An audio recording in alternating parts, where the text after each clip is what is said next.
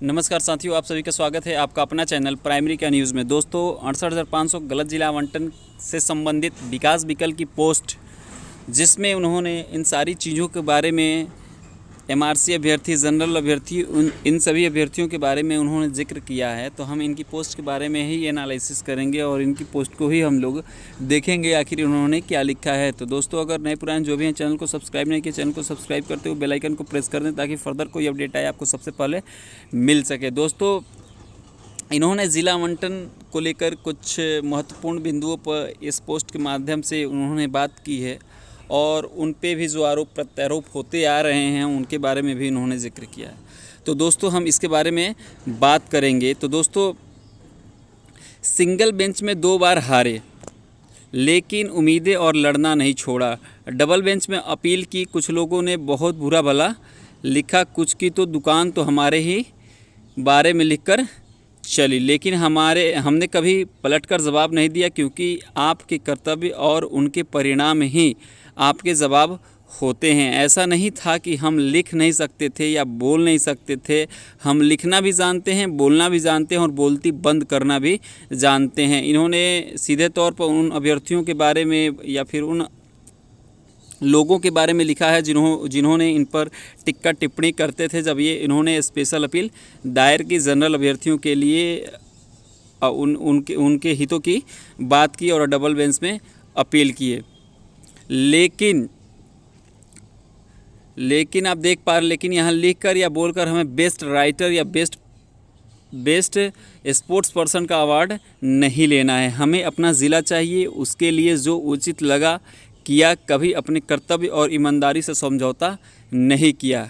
बात बिल्कुल सही, इन्होंने पूरी कर्तव्य और निष्ठा के साथ अपने कार्यों को पूर्ण किया क्योंकि सिंगल बेंच में यही एकमात्र ऐसी टीम थी जो लड़ाई अच्छे से लड़ी। बाकी टीमें उसके बाद बिल्डअप हुई, बादल मलिक उसके बाद सामने आए और अपनी एमआरसी अभ्यर्थियों के लिए ज़ोरदार तरीके से लड़ाई लड़ी। अब डबल बेंच में हमारे साथ जनरल और लो मेरिट के एससी, एसटी और ओबीसी के अभ्यर्थी हैं जिनको लाभ मिलने की संभावना बनी है, जो कि सुनवाई के उपरांत वकीलों ने बताया। लेकिन अभी लिखित आदेश आना बाकी है, इसलिए आप इस चीज़ को सही न मानें। उनका खुद में ही कहना है कि जब तक आदेश नहीं आता है आप तब तक इन सारी चीज़ों के बारे में बात न करें। लेकिन ये सारी चीज़ें कोर्ट में हुई और उनके वकील ने इन सारी चीज़ों के बारे में इनसे बताया कि लो मेरिट के एससी, एसटी, ओबीसी के अभ्यर्थी और जनरल के अभ्यर्थी भी इस आदेश में अपनी किस्मत आजमाएंगे। उनका ज़िला आवंटन फर्स्ट 3 चॉइसेस के हिसाब से मिलने वाला है। लेकिन अभी आप लिखित आदेश का इंतज़ार करें। कौन जीतेगा कौन हारेगा लिखित आने पर ही क्लियर होगा। किसको लाभ मिलेगा किसको लाभ नहीं मिलेगा, ये जब लिखित आदेश आएगा उसमें स्पष्ट इन सारी चीज़ों के बारे में लिखा रहेगा। तो आप प्राइमरी का न्यूज़ चैनल को सब्सक्राइब करके रखें। कोई भी अपडेट होगा 68,500 गलत जिला आवंटन से संबंधित या फिर जजमेंट अपलोड होगा तो आपको सबसे पहले प्राइमरी का न्यूज़ चैनल पर मिलेगा। लेकिन ना तो हमने हतोत्साहित हैं और न ही जीत से उत्साहित हैं, बस कर्तव्य करते जाना है। विशेष उन्होंने अपील क्या की है इन सारी चीज़ों के बारे में देख लीजिए। लेकिन समय की नज़ाकत को देखिए साथियों, जो लोग जनरल और लो मेरिट एससी, एसटी धूर विरोधी हुआ करते थे और कहते थे कि इनका कुछ नहीं होगा, यह लोग समय और पैसा बर्बाद कर रहे हैं। आज वही लोग आपका आदेश आने से पहले ही आपके लिए काम करना शुरू कर दिए हैं, जबकि अभी यह भी क्लियर नहीं है कि क्या आदेश आएगा। सीधे तौर पर उन्होंने कहा कि क्या आदेश आने वाला है।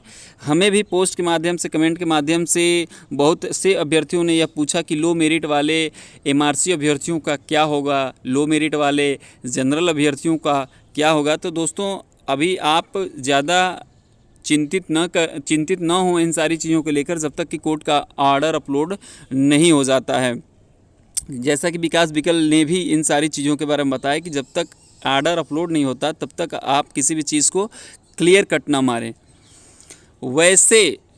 वैसे तो हमारे लिए बहुत अच्छी बात यह है, लेकिन ये आपके साथ धोखा भी हो सकता है, जैसे एमआरसी के साथ हुआ। इनका सीधे तौर पे कहना है कि जो सिंगल बेंच का ऑर्डर आया था वो संपूर्ण एमआरसी के अभ्यर्थियों के लिए था, लेकिन ये डबल बेंच का जो आदेश आया है और जो आदेश आने वाला है जब अपलोड होगा तो उसमें एमआरसी अभ्यर्थियों को नुकसान होने वाला है। इनका सीधा सीधा संकेत ये है कि पूरे एमआरसी अभ्यर्थियों का आवंटन न होकर कुछ एमआरसी अभ्यर्थियों का ही आवंटन होगा, क्योंकि सिंगल बेंच में कुछ एमआरसी अभ्यर्थी याची बने थे और कुछ एमआरसी अभ्यर्थी याची नहीं बन पाए थे। अब क्यों नहीं बन पाए थे इसका कारण अब वही जानते हैं, पैसा बचाना चाह रहे थे या फिर कोर्ट में विश्वास नहीं था। यही दो चीज़ें हो सकती हैं जिसकी वजह से एमआरसी के अभ्यर्थी सिंगल बेंच में याची नहीं बन पाए।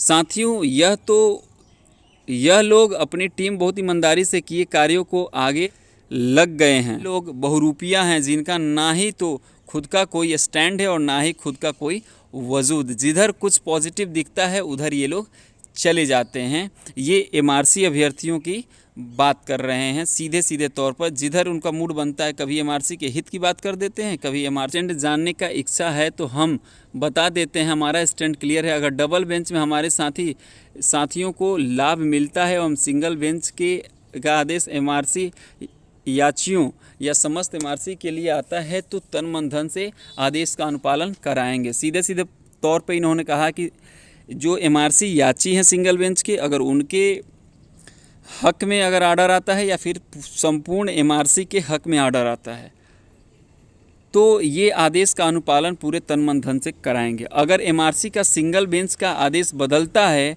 तो उसके लिए पूर्ण रूप से जिम्मेदार एमआरसी के पैरोकार हैं, क्योंकि उनके वकील सुनवाई पर पहुंचते ही नहीं थे, जैसा कि 2 तारीख को भी देखने में आया। दोस्तों, सीधे सीधे तौर पर बालट में उपस्थित नहीं हो पाते हैं और ये एमआरसी के पैरोकार हैं। अगर कोर्ट का निर्णय कुछ भी उनका बदलता है तो इन दोनों ही टीमों की जिम्मेदारी होगी, इनका बादल मल्लिक का सीधे तौर पे कहना है। यह बात दावे के साथ कह रहे हैं। इसलिए अगर एमआरसी का आदेश बदलता है तो उसकी जिम्मेदारी हम नहीं, क्योंकि हमने कभी भी एमआरसी आदेश को बदलने की मांग नहीं की है।